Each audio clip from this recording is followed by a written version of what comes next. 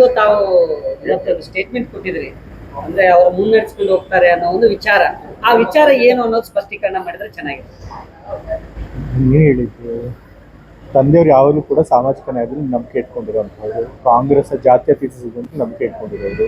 ಅದೇ ಸಿದ್ಧಾಂತಗಳಲ್ಲಿ ಸತೀಶ್ ಜಾರಕಿಹೊಳಿ ಅವರು ಕೂಡ ನಂಬಿಕೆ ಇಟ್ಕೊಂಡು ಅದೇ ಪ್ರಕಾರ ನಡ್ಕೊಂಡು ಹೋಗ್ತಿರೋರು. 2028 ಆದಮೇಲೆ ಚುನಾವಣೆಗೆ ತಂದೆಯವ್ರು ನಿಂತ್ಕೊಳ್ಳಲ್ಲ ಅಂತ ಹೇಳಿದ್ದಾರೆ. ಸೊ ಅದಾದಮೇಲೆ ಆ ಕಾಂಗ್ರೆಸ್ ಸಿದ್ಧಾಂತನ ಇಟ್ಕೊಂಡು, ಜಾತ್ಯತೀತ ಸಿದ್ಧಾಂತ ಇಟ್ಕೊಂಡು ಎಷ್ಟೊಂದು ಜನ ರಾಜಕಾರಣಿಗಳು ಇದ್ದಾರೆ ನಮ್ಮ ಪಕ್ಷದಲ್ಲಿ, ಬಹಳಷ್ಟು ಯುವ ರಾಜಕಾರಣಿಗಳಿದ್ದಾರೆ. ಸೊ ಅವ್ರನ್ನೆಲ್ಲ ಅವ್ರು ಲೀಡ್ ಮಾಡಲಿ, ಅವ್ರಿಗೆಲ್ಲರೂ ಮಾರ್ಗದರ್ಶನ ಕೊಡಲಿ ಅಂತ ಅಷ್ಟೇ. ನಾನು ಸತೀಶ್ ಜಾರಕಿಹೊಳಿ ಅವರ ಹೆಸರನ್ನು ನಾ ಯಾಕೆ ಹೇಳಿದೆ ಅಂತಂತಂದ್ರೆ ಅವರು ಕೂಡ ಅದೇ ಸಿದ್ಧಾಂತಗಳ ನಂಬಿಕೆ ಇಟ್ಕೊಂಡಿರೋರು. ಸೊ ಆ ರೀತಿ ಆ ಥರ ಜಾತ್ಯತೀತ ಸಿದ್ಧಾಂತ, ಸಾಮಾಜಿಕ ನ್ಯಾಯ ಸಿದ್ಧಾಂತ ಇರೋ ನಂಬಿಕೆ ಇಟ್ಕೊಂಡು ಬೇಕಾದಷ್ಟು ಜನ ಲೀಡರ್ಗಳಿದ್ದಾರೆ. ತಂದೆಯವರು ಈಗ ಅವ್ರನ್ನೆಲ್ಲ ಲೀಡ್ ಮಾಡ್ತಾ ಇದ್ದಾರೆ. 2028 ಆದ್ಮೇಲೂ ಮತ್ತೆ ಅದೇ ರೀತಿ ಲೀಡ್ ಮಾಡ್ತಾ ಇರೋ ಗೊತ್ತಿಲ್ಲ. ಸೊ ಹಾಗಾಗಿ 2028 ಮೇಲೂ ಕೂಡ ನಮಗೆ ಆ ರೀತಿ ಲೀಡ್ ಮಾಡೋರು ಬೇಕು, ಆ ಸೈದ್ಧಾಂತಿಕವಾಗಿ ರಾಜಕಾರಣ ಮಾಡುವಂಥವ್ರು ಬೇಕು. ಅಂಥ ನಾಯಕರಲ್ಲಿ ಸತೀಶ್ ಜಾರಕಿಹೊಳಿ ಸಾಹೇಬರು ಕೂಡ ಹೋಗ್ತೀವಿ. ಸೊ ಹಾಗಾಗಿ ಆ ಥರ ಯಾರ್ಯಾರು ಆ ಸಿದ್ಧಾಂತದ ನಂಬಿಕೆ ಇಟ್ಕೊಂಡಿದ್ದಾರೆ ಎಲ್ಲ ರಾಜಕಾರಣಿಗಳು ನಾವು ಮಾರ್ಗದರ್ಶನ ಮಾಡಿ. ಕೊನೆಯ ದಿನಗಳಲ್ಲಿದ್ದಾರೆ ಈಗ ಸಿದ್ದರಾಮಯ್ಯ, ಕೊನೆಯ ದಿನಗಳಿದ್ದಾರೆ. 2028 ಗಮನದಲ್ಲಿ ಇಟ್ಕೊಂಡು ನಾನು ಹೇಳಿದ್ದು ಕೊನೆ ದಿನ ಅಂತಂದ್ರೆ ನಾಳೆ ಕೊನೆ ದಿನ. ಸರ್, ಈಗ ತಾವು ಹೇಳಿದ್ರೆ ವೈಚಾರಿಕವಾಗಿ ಪ್ರಗತಿಪರ ತತ್ವ ಸಿದ್ಧಾಂತ ಹೊಂದಿಕೊಂಡಿದ್ದಾರೆ. ಹೌದು, ಕಾಂಗ್ರೆಸ್ ಸಿದ್ಧಾಂತ ಅಂದ್ರೆ ಜಾತಿ ಸಿದ್ಧಾಂತ, ಪ್ರಗತಿಪರವಾದಂಥ ಸಿದ್ಧಾಂತ, ಸಾಮಾಜಿಕ ನ್ಯಾಯ ಸಿದ್ಧಾಂತ. ಸೊ ಆ ಸಿದ್ಧಾಂತದ ನಂಬಿಕೆ ಇಟ್ಕೊಂಡಿರೋರಿಗೆ ಇವ್ರು ಲೀಡ್ ಮಾಡಲಿ ಅಂತ ನಾನು. ಈಗ ಉತ್ತರಾಧಿಕಾರಿ, ಮುಂದಿನ ರಾಜಕೀಯ ಉತ್ತರಾಧಿಕಾರಿ ಸತೀಶ್ ಜಾರಕಿಹೊಳಿ ಉತ್ತರಾಧಿಕಾರಿ ಬಗ್ಗೆ ಮಾತನಾಡಿಲ್ಲ. ಸೈದ್ಧಾಂತಿಕವಾಗಿ ರಾಜಕಾರಣ ಮಾಡೋರಿಗೆ ಅವರು ಲೀಡ್ ಮಾಡ್ಲಿ, ಯಾಕಂದ್ರೆ ಕೂಡ ಅವರು ಕೂಡ ಒಬ್ಬ ಸೈದ್ಧಾಂತಿಕ ರಾಜಕಾರಣಿ. ಸೊ ಅಂತವ್ರನ್ನ ಅವ್ರು ಲೀಡ್ ಮಾಡ್ಲಿ.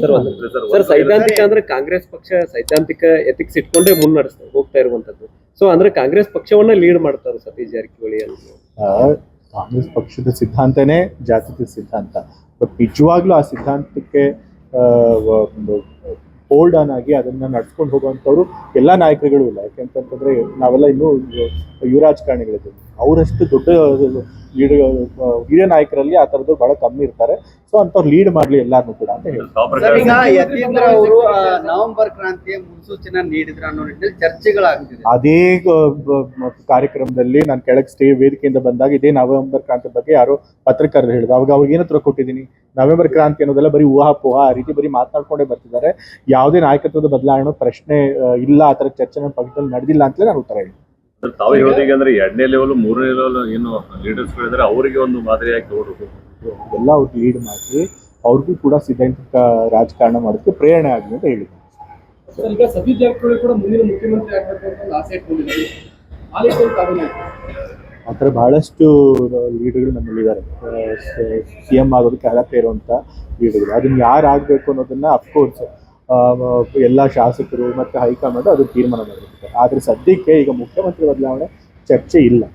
ಸರ್, ಈಗ ಸಿದ್ದರಾಮಯ್ಯ ಅವ್ರನ್ನ ಹೊರತುಪಡಿಸಿದ್ರೆ ಅವರ ಸ್ಥಾನ ತುಂಬುವ ಶಕ್ತಿ ಸತೀಶ್ ಜಾರಕಿಹೊಳಿ ಅವರಿಗೆ ಖಂಡಿತ ಇದೆ.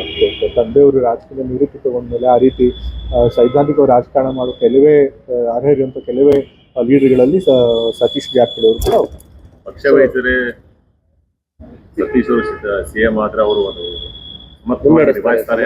CM ಬದಲಾವಣೆ ಪ್ರಶ್ನೆ ಎಲ್ಲಿ ಬರ್ತಾ ಇದೆ? ನಾನು ಹೇಳಿದ್ದು 2028 ಗಮನದಲ್ಲಿ ಇಟ್ಕೊಂಡು ನಾನು ಹೇಳಿದ್ದು. ನೀವು ಅದನ್ನ ಈಗ ನಾಳೆದಕ್ಕೇನೆ ಏನೋ ಬದಲಾಗೋಗಿ ಮಾತಾಡ್ತೀವಿ.